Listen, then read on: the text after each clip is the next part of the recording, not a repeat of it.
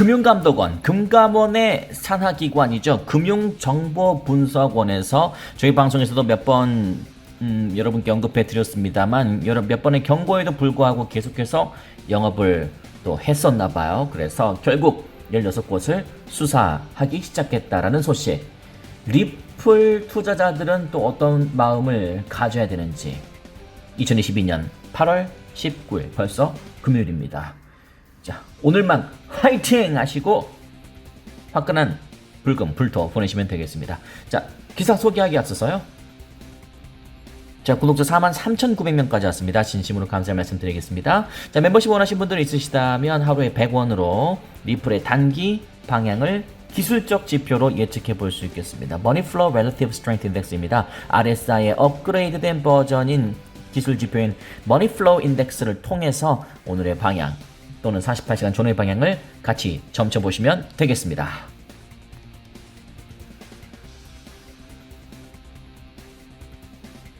자, 말씀 이어가도록 하겠습니다. 내국인 대상 미신고 영업 외국 가상자산 사업자 16곳, 우리나라에는 총 35곳의 암호화폐를 다루는 거래소 또는 크립토뱅크가 있습니다.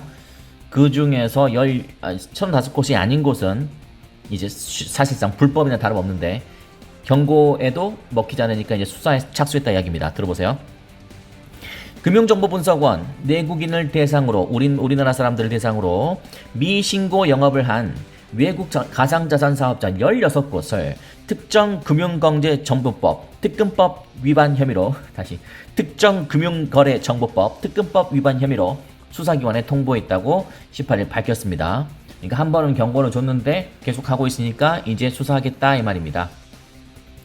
수사 의뢰의 대상이 된 업체는 제가 구두로 하지 않겠습니다. 등등 16개사다. 여기에 밝히지 않은 것도 제가 지금 찾아보진 않았습니다만 여러분이 잘 판단하셔야 됩니다. 16개가 어떤 게 들어있는지를 파악하기보다는 35개 제가 보여드릴게요. 또 정보 전달은 중요하니까 여러분들이 들어가시면 됩니다. 금융정보분석원에 들어가셔서 차단 날리고 가상자산 신고서 이거 한번 터치해 보겠습니다. 자, 여기 있잖아요. 신고 수리가 결정된 사업자 35개. 자, 잘 보세요. 이건 중요합니다. 업비트, 코빗, 코인원, 빗썸, 플라이빗, 지닥, 고팍스, BTX, 프로비트, 포블게이트, 후오비코리아, 코어닥스, 코다, 케이닥, 플렉타이스 체인지, 한비코, 비블록, 비트레이트, 오케이비트, 비트몬, 프라뱅, 코인앤코인, 보라비트, 헥슬란트, 캐셔레이트, 텐앤텐, 에이프로빗, 마이키핀 월렛. 와, 진짜 처음 들어본 거래소 상당히 많네요. 하이퍼리즘, 오아시스, 큐비트, 카르도, 델리오 좋습니다. 델리오, 페이 프로토콜 AG, 베이직 리서치 등 35개. 변동이 있을지 업데이트하겠다. 이 중에 여러분이 쓰는 암호화폐 있나요? 자, 5대 거래소 보이시죠? 업비트, 코빗, 코인원, 빗썸, 고팍스 등 35개. 지금 제가 소개해드린 이 35개만 신고가 돼 있어요. 나머지는 다 불법이라고 보시면 됩니다. 근데 분명히 한 번에 처리하지 않고 여러 번 경고를 줬는데도 통하지 않아서 이 금융정보분석원에 따르면 이들 업체는 한국어 홈페이지를 운영하면서 한국인 고객 유치 이벤트라는 등 내국인을 대상으로 영업하고 있다. 그때 댓글에 그런 분 질문이 있었잖아요. 한국어 홈페이지 왜 해외 가상자산 거래소인데 한국어 서비스를 하면 왜 불법이냐? 한국어 서비스를 해서 불법이라는 게 아니라요. 미신고 영업, 신고하지 않고 우리나라에서 돈벌이를 했잖아요. 영업활동을 영위했잖아요. 소득은 당연히 신고가 돼야 되는데 그러면 해외에서 우리나라 사람들한테 돈만 벌고 아무것도 내지 않으면 그것은 당연히 좋지 않겠죠? 그런 뜻입니다. 이해되셨죠? 금융정보분석원은 지난달 22일 내국인 대상 영업을 하고 있는 해외 가상자산 사업자에 대해서 특근법상 신고 대상이라고 안내했어요. 하지 마세요. 이렇게 했어요. 근데도 그 6곳은 미신고 영업을 하는 것으로 판단해서 어쩔 수 없이 필요한 조치를 취했다는 것이 금융정보분석원의 설명입니다. 특검법 제7조는 미신고 불법 영업 행위에 대해서 5년 이하 징역 또는 5천만 원 이하의 벌금을 부과하도록 규정하고 있습니다. 일정 기간 국내 가상자산 사업자로 신고하는 것도 제한됩니다. 이제는 안 돼요. 이제 신고도 안 돼요. 금융정보분석원은 이들 회사의 특검법상 신고 의무 위반 사실을 수사기관에 통보했다. 이 사업자가 속한 해당 국가에도 불법 사실을 알릴 계획이다. 국가에도 알려버려요. 예를 들어서 미국에서 그랬다 그러면 미국 국가에도 또 알리고 그리고 우리나라에서도 하고 이렇게 되면은 굉장히 좀 그럴 수 있습니다. 그렇잖아요. 자기 나라한테도 불법 사실을 알린대요. 그러면 좀 뭔가 좋을 게 없을 것 같은데요. 그래서 금융감독원 산하의 금융정보분석원 무시한 16개 거래소 수사 착수했다. 자, 리플 물량을 지켜야 된다. 자, 무슨 말인지 첫 번째는 법과 규정은 지키라고 있는 것 아닌가요? 저는 그렇게 생각하는데요. 아까 말씀드렸던 것처럼 소득에는 세금이 따르게 마련이고요. 규정을 지키지 않은 소득은 엄연한 불법이라고 저는 생각합니다. 여러분도 동의하십니까? 어기면서 그럼에도 불구하고 그 규정을 금감원의 규정을 또는 금융정보분석원 산하입니다. 상관없어요. 그 금융정보분석원의 명령 또는 안내를 어기면서까지 하는 것은 분명히 구린 부분이 저는 있지 않나라는 생각이 듭니다. 왜냐하면 법과 규정은 지키라고 있는 겁니다.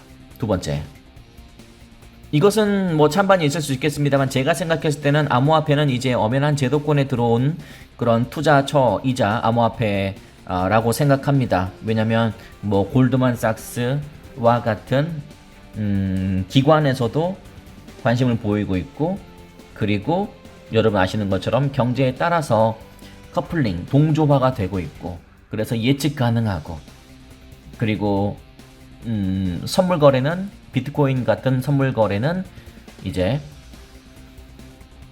ETF로도 가능한 곳이 있고, 여러 가지로 봤을 때 엄연한 제도권이라고 볼 수 있습니다. 더 이상 음지가 아닙니다. 그렇기 때문에 여러분께서는 음지가 아닌 양지에서 투자하는 것이 저는 맞다고 생각합니다. 아까 같은 해외 거래소들이 음지라고 말씀드리는 건 아닙니다. 그건 굳이 금융감독원에서 안내를 했는데도 무시하고 계속 그 법률을 어기면서, 규칙을 어기면서 어떤 사업 활동을 하고 있다는 것은 굳이 거기에서 뭘 할 필요는 없지 않느냐는 저는 그런 생각이 드는데요. 이게 투자자에게 어떤 직접적인 피해가 있는지는 저는 잘 모르겠습니다. 그러나 굳이 그럴 필요가 있냐 이 말입니다. 아까 말씀드린 것처럼 35개 금융감독원에 신고된 가상자산 거래소들 35개 있었잖아요. 차라리 거기에 낫지 않나요? 저는 그렇게 생각합니다. 하나만 더. 지금 리플 홀더들이 가장 유혹받기 쉽다라고 적어놨는데요. 여러분 아시는 것처럼 계속 리플은 OA입니다. 굉장히 더디죠. 더딘 움직임. 그 다음에 SEC 소송 때문에 굉장히 골치라고 적을까요? 굉장히 골치가 아프다. 이런 것들로 인해서 좀 투자 수익이라든지 아니면 이러한 굉장히 604일째 소송이 진행되고 있잖아요. 이런 것에 대한 지침, 넌덜머리 이런 것들로 인해서 이 유혹을 받기 쉽죠. 어떤 유혹이냐면 뭐 레버리지라든지, 뭐 레버리지가 나쁘다고는 뭐 할 수 없겠습니다만 굳이 막 100배 막 이런 거 있어요. 150배도 있다면서요. 그건 너무 도박에 가깝잖아요. 앞으로 1분 뒤에 리플의 가격이 500 얼마가 될지 어떻게 맞추고 그걸 100배, 150배를 겁니까? 그럴 확률은 굉장히 드물겠죠.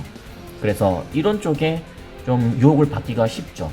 그리고 실제 이 레버리지라든지 아니면 마진, 불법 거래소들 있잖아요. 그런데 한번 이 맛을 들이면 그게 꼭 마약 같은 거래요. 그러니까 도박 같은 느낌이 든다고 하더라고요. 한번 한번 들어가면 헤어나오기가 쉽지가 않대요. 유튜브 보시면 거기서 낭패 보는 분들 되게 많아요. 그래서 절대 하지 말라고 합니다. 여러분도 특히 이제 리플은 이렇게 더디고 골칫거리다 보니까 본의 아니게 유혹을 받을 수 있다고 생각합니다. 그런 분들께 제가 말씀드리고 싶은 것은 빨리라고 하지 마시고, 원래 리플은 그런 암호화폐니까요. 전 우직하고 저희 구독자분들께 무던하게 기왕에 리플을 투자하고 있는 분들이시라면 우직하고 무던하게 당장 지금 만약에 550원이 됐다고 해서 여러분 지금 팔 거 아니잖아요. 그럼 600원이 됐다. 지금 팔 겁니까? 아니잖아요.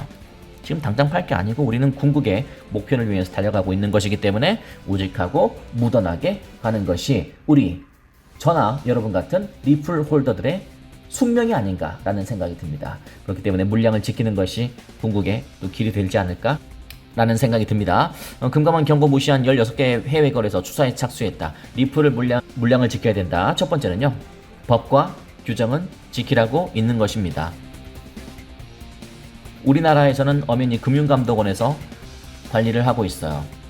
그렇기 때문에 법과 규정을 잘 지키는 게 좋겠죠. 두 번째.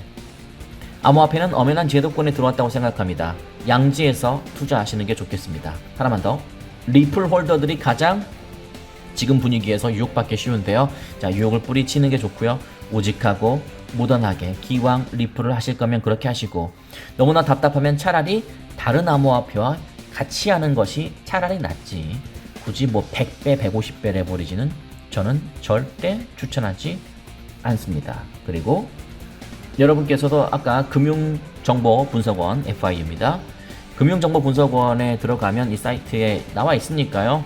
한번 일시정지하면서 보시던지 아니면 보면서 기왕이면 신고된 거래소에서 하는 게 낫지 않을까요? 저는 그렇게 생각하는데요. 그리고 35개가 있다는 것도 제가 얼마 전에 그 기사 떴을 때 알았고 정말 처음 들어보는 암호화폐 거래소들이 상당히 많네요.